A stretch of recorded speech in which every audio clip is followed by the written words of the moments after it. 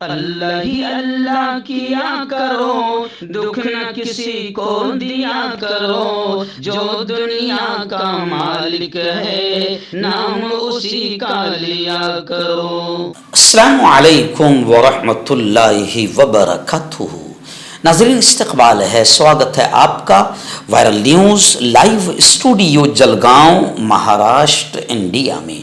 मैं आपका मेज़बान मुफ्ती मोहम्मद हारून नदवी। आइए प्यारे मुल्क भारत की बहुत ही ख़ास बड़ी 10 अहम ख़बरों पर नज़र डालते हैं।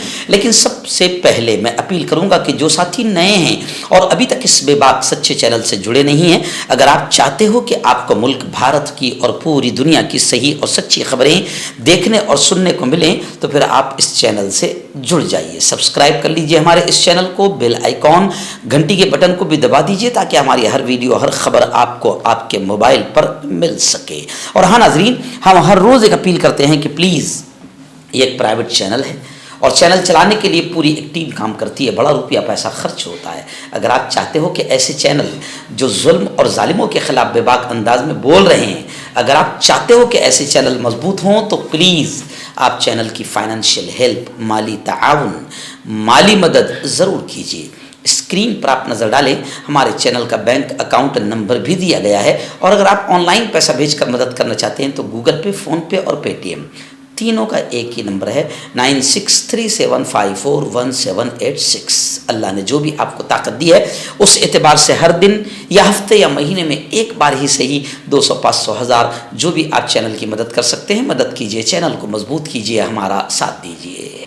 नाज़रीन, पहली बड़ी अफसोसनाक खबर इस वक्त रियासत महाराष्ट्र के नंदुरबार शहर से आ रही है। जी हाँ, आज से 2 दिन पहले जुलूस ईद मिलादुन्नबी सल्लल्लाहु अलैहि वसल्लम पर भगवा आतंकियों ने पथराव कर दिया, जिसके बाद फसाद फूट पड़ा।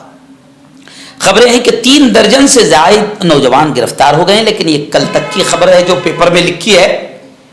अभी मैंने वहाँ के तमाम जिम्मेदारों से और मेरे रिपोर्टर्स से बात की और अलग अलग सियासी, समाजी, पॉलिटिकल और दीनी मजहबी रहनुमाओं से बात की, तो पता चला है कि बहुत बड़ी तादाद में जवानों को गिरफ्तार किया गया है। पूरे इलाके में इस वक्त कशीदगी का माहौल है, पुलिस बंदोबस्त कड़ा कर दिया गया है। पहले ही दिन जब फसाद के फ़ौरन आधा घंटे के बाद मुझे फ़ोन आया तो अल्हम्दुलिल्लाह मैंने अपनी पार्टी के बड़े लीडरों को, कांग्रेस के बड़े लीडरों को मुंबई में मैंने इत्तला दी और वीडियोस भी भेजा। और ऐसे ही जमीयत उलमाए हिंद मौलाना अरशद बदनी के जनरल सेक्रेटरी महाराष्ट्र हज़रत मौलाना हलीमुल्लाह कासमी साहब से बात हुई और हज़रत मौलाना हलीमुल्लाह कासमी साहब ने फ़ौरन एसपी साहब से फ़ोन पर गुफ्तगू की। वहाँ जमीयत उलमा नंदुरबार के हमारे जो जनरल सेक्रेटरी है राजू इनामदार, इन्होंने भी बाकायदा रियासती जमीयत के जिम्मेदारों को पूरी खबर दी, जिसके बाद में हलचल हुई और हमारे जनरल सेक्रेटरी मौलाना हलीमुल्लाह कासमी साहब ने एसपी नंदुरबार दत्त साहब से, श्रवण दत्त साहब से टेलीफोन पर गुफ्तगू की और उनसे मुतालबा किया कि बेकसूरों को हिरासा न किया जाए, हरेसमेंट न किया जाए और गिरफ्तार न किया जाए, और जो मुजरिम हैं, जो खाती है, जो सचमुच दंगाई है, आतंकी है, उन पर कार्रवाई की जाए। मैं आपको बता दूं कि इस वक्त नंदुरबार की वो वीडियोस बहुत ज्यादा वायरल हो रही है जिसमें खुद पुलिस वाले दंगाइयों के साथ नजर आ रहे हैं, दंगाइयों को सपोर्ट करते हुए नजर आ रहे हैं और दंगाई उनके सामने पत्थर फेंक रहे हैं, हुड़दंग मचा रहे हैं, मगर पुलिस वाले उनको कुछ नहीं कर रहे हैं। ऐसी वीडियोस को लेकर जनता में काफ़ी गमो गुस्सा है और ख़ास तौर से माइनॉरिटी में, मुसलमानों में काफ़ी गमो गुस्सा है कि जो पुलिस वाले रक्षक बनाकर भेजे जाते हैं, हिफाजत करने के लिए भेजे जाते हैं, जो दंगाइयों को पकड़ने, रोकने और जेल के सलाखों में ठूंसने के लिए भेजे जाते हैं, वही पुलिस वाले दंगाइयों का सपोर्ट करते हुए नजर आ रहे हैं। इसलिए लोगों का यह कहना है कि उन पुलिस वालों पर कड़ी कार्रवाई की जाए, उन पुलिस वालों पर भी कड़ी कार्रवाई की जाए। और फिर लोगों ने यह भी बताया कि किस तरीके से मुसलमानों ने बाकायदा अपने जुलूस को 2 दिन लेट किया। हिंदू भाइयों का पूरा साथ दिया, गणपति का विसर्जन और जुलूस इत्मीनान खैरियत के साथ में निकल गया, कोई लफड़ा झगड़ा नहीं। लेकिन मुसलमानों में नाराज़गी इस बात की पाई जा रही है कि 2 दिन के बाद जब हमारा जुलूस अमन व अमान और इत्मीनान से निकल रहा था तो ये हरकत अच्छी बात नहीं है। और मैं आपको ये भी बताऊं कि आईजी साहब ने इस पर बहुत ज़बरदस्त ध्यान दिया। और ये भी मैं आपको बताऊं, जिस तरीके से मुझे वहां के लोगों ने बताया कि एसपी साहब का बहुत अच्छा रोल है, एसपी साहब ज़बरदस्त काम कर रहे हैं। और जब मीटिंग ली गई जिसमें कलेक्टर मैडम भी थी, आईजी साहब भी थे, एसपी साहब भी थे, मुसलमानों के दीनी मजहबी रहनुमा पॉलिटिकल लीडर भी थे, उस वक्त एसपी साहब ने, कलेक्टर साहब ने, आईजी साहब ने तमाम लोगों की बातों को सुना। लेकिन अब लोगों का ये कहना है कि उन पुलिस वालों पर भी कार्रवाई की जाए और फिर ऐसा ना हो कि मजलूम भी हम, जुल्म भी हम पर, पथराव भी हम पर और कड़ी कार्रवाइयां भी हम पर, हमारे ही नौजवानों को ज़्यादा उठाए जाए, तो ये नाइंसाफ़ी है। लोग कह रहे हैं कि ये अत्याचार बंद होना चाहिए। हमें यकीन है इंशाअल्लाह कि आईजी साहब और एसपी साहब इस पर ध्यान देंगे और किसी के साथ नाइंसाफ़ी होने नहीं देंगे। और जो आरोपी, जो दंगाई, जो आतंकी फरार हैं, बड़ी तादाद उनकी है और मुझे यकीन है कि एसपी साहब की नज़र में वो है, आईजी साहब की नज़र में वो है। लेकिन मैं पुलिस वालों से कहूँगा कि आप पर अभी लोगों का भरोसा कायम है। पुलिस पर से भरोसा उड़ जाना, कानून पर से भरोसा उड़ जाना, ये अच्छी चीज़ नहीं है। इसलिए मैं एसपी साहब से, मैं खुद कांग्रेस का एक नेता होने के नाते और मैं जमीयत उलमा का जिम्मेदार होने के नाते एसपी साहब से और आईजी साहब से, डिपार्टमेंट से गुजारिश करूँगा कि दंगाइयों पर कड़ी कार्रवाई की जाए। नाज़रीन, बड़ी खबर आ रही है मंडी से। आप जानते हैं कि मंडी के इलाके में लगातार मुसलमानों पर किसी न किसी बहाने से अत्याचार, नाइंसाफ़ी और जुल्म किया जा रहा है। अभी खबर आ रही है कि मंडी में एक गैर कानूनी मस्जिद, ऐसा कहा जा रहा है, अब गैर कानूनी मस्जिद के बिजली और पानी के कनेक्शन काट दिए गए। मंडी में गैर कानूनी मस्जिद केस में कारपोरेशन कोर्ट के फैसले के बाद अब गैर कानूनी मस्जिद के बिजली और पानी के कनेक्शन काट दिए गए हैं। मजीद कार्रवाई करते हुए म्युनिसिपल कारपोरेशन ने बिजली बोर्ड और महकमा IPH को बिजली और पानी के कनेक्शन काटने के आदेश अहकामात जारी कर दिए हैं। एग्जीक्यूटिव इंजीनियर राजकुमार सिनी ने बताया कि पानी का कनेक्शन काटने के लिए महकमाना कानूनी कार्रवाई जारी है। म्युनिसिपल कारपोरेशन के कमिश्नर राणा ने कहा कि यह कार्रवाई तामीरात को गैर कानूनी करार देने के बाद की गई है। अब अगर इतनी ईमानदारी है मंडी और शिमला के डिपार्टमेंट के लोगों में और हुकूमत के लोगों में, तो फिर गैर कानूनी और भी बहुत सारी इबादत गाहें हैं मस्जिद के अलावा, और भी धार्मिक स्थल है, उनको भी ज़रा थोड़ा सा हटाया जाए और उनके भी बिजली कनेक्शन वगैरह नल काटे जाएं, अगर ईमानदारी इंसाफ बाकी है तो। फिर एक बड़ी अफसोसनाक खबर इस वक्त हिमाचल प्रदेश से आ रही है। जी हाँ, हिमाचल प्रदेश की कुसुमपट्टी मस्जिद को लेकर तनाज़ा हो गया है और अब खबर आ रही है कि नमाजियों को ID कार्ड, शनाख्ती कार्ड दिखाना होगा। वक्फ बोर्ड एक्ट के मुताबिक जामे मस्जिद तामीर करने के लिए इलाके में 40 मुस्लिम कुंबे का होना ज़रूरी है, लेकिन कुसुमपट्टी में इतने मुस्लिम कुंबे मौजूद नहीं हैं। ऐसा बयान राकेश शर्मा का है। हिमाचल प्रदेश की राजधानी शिमला में वाक़ एक मस्जिद को लेकर तनाज़ा पहले से ही चल रहा है। शिमला की सिंदोली मस्जिद है शायद, और अब कुसुमपट्टी की एक मस्जिद को भी मुनहदिम करने का, गिराने का डिमांड सामने आया है। बीजेपी के लीडर राकेश शर्मा और काउंसलर रचना शर्मा ने इंतजामिया को, यानी पुलिस डिपार्टमेंट को और कलेक्टर वगैरह को एक अर्जी सौंपी है जिसमें कहा गया है कि कुसुमपट्टी में बनाई गई मस्जिद नाजायज़ है और मरकजी हुकूमत की ज़मीन पर बनाई गई है। बीजेपी लीडरान का कहना है कि 2016-17 में कुसुमपट्टी की मस्जिद का इफ्तिताह हुआ था और उस वक्त के वजीर आला वीरभद्र सिंह को भी इस मस्जिद के इफ्तिताह के लिए बुलाया गया था। हालांकि वो इस मस्जिद की इफ्तिदाई तकरीब में शामिल नहीं हुए थे क्योंकि ये मस्जिद नाजायज़ ज़मीन पर बनाई गई थी। इस वजह से अब इस मस्जिद को जल्द अज जल्द गिरा दिया जाना चाहिए, यानी आप समझिए। अब दूसरे कई लोगों की इबादत गाहें, धार्मिक स्थल रोड पर, रास्तों में, डिवाइडर पर बने हुए हैं। इतनी ईमानदारी अगर चल रही है तो फिर मुसलमानों की मस्जिद तो जल्दी नाजायज़ जगह पर बनती नहीं, क्योंकि इस्लाम कहता है कि मस्जिद को आप कब्जे की ज़मीन पर बना ही नहीं सकते, तो पहले तो बनती नहीं। और अगर एक दो बनी है और उसको गिराने की बात हो रही है, तो फिर दूसरों पर भी कार्रवाई होनी चाहिए, और फिर वो हजारों और लाखों की तादाद में है। नाज़रीन, उत्तराखंड से बड़ी खबर आ रही है। जी हाँ, उत्तराखंड में एक सख्त तरीन बिल की मंजूरी हुई है, और वो बिल क्या है कि सरकारी जायदादों को नुकसान अगर पहुंचाया गया तो उसकी रकम दंगाइयों से, फसादियों से उसूल की जाएगी। चलो, कानून तो अच्छा है, मगर दंगाई कौन, ओरिजिनल दंगाई कौन? क्या ये ईमानदारी के साथ में जांचा जाएगा?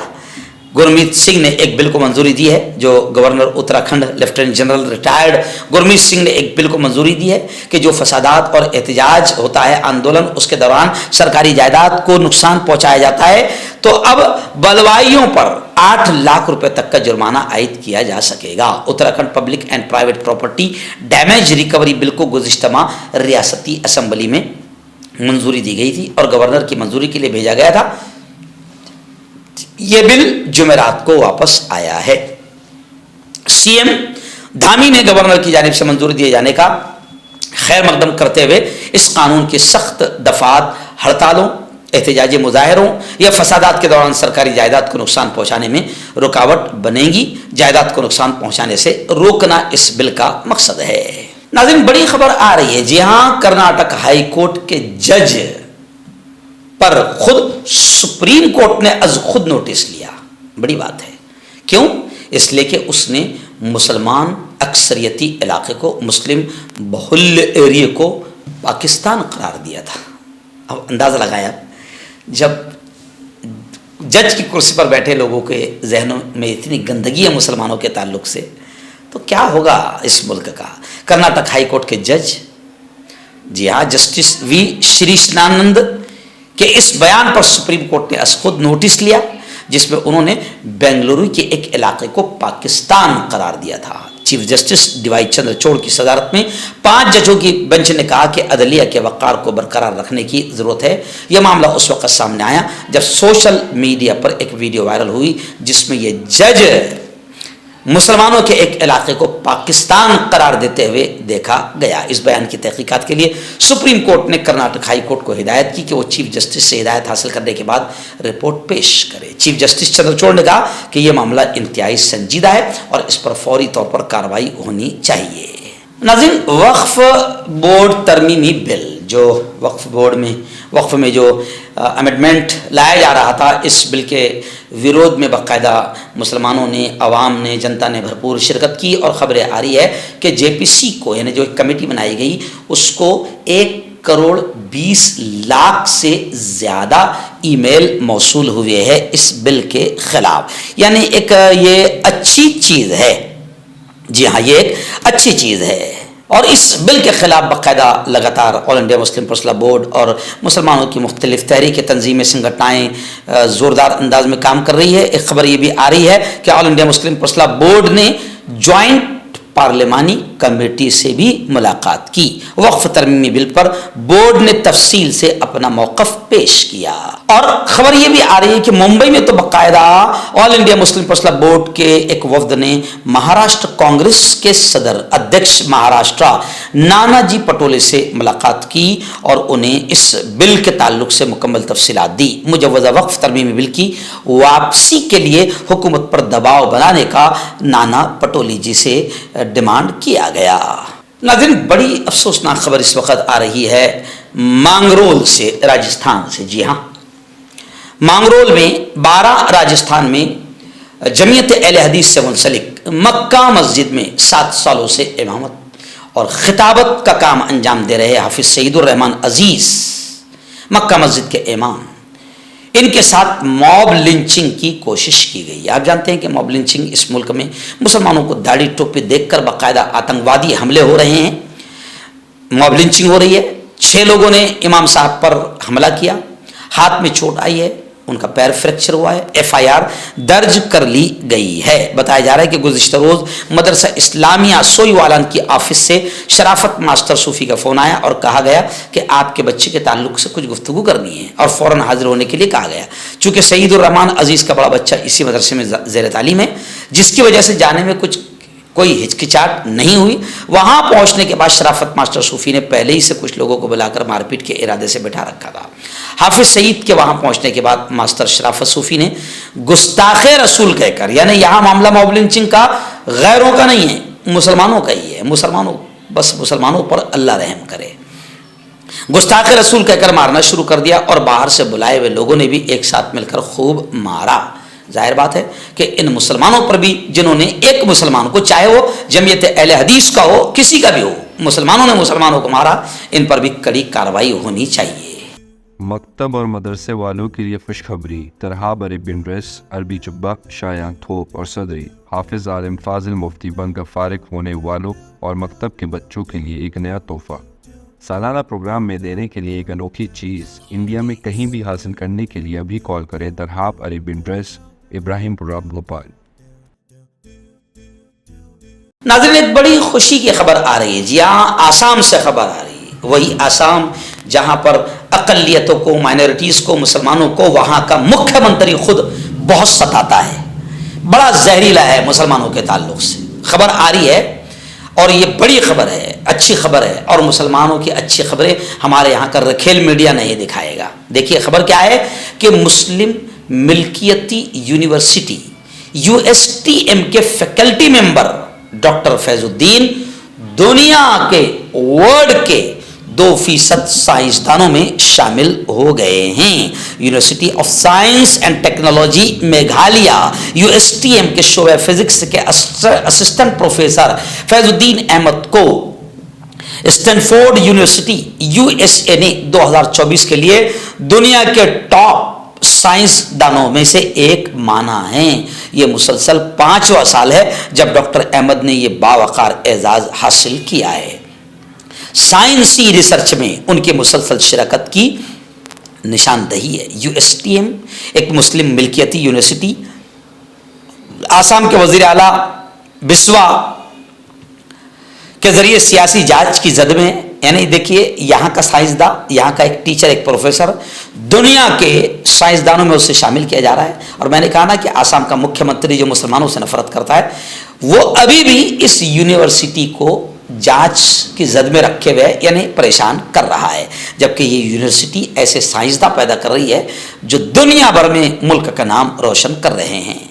लेकिन मुख्यमंत्री को दुश्मनी क्यों है यूनिवर्सिटी से? क्योंकि यूनिवर्सिटी मुसलमानों की है।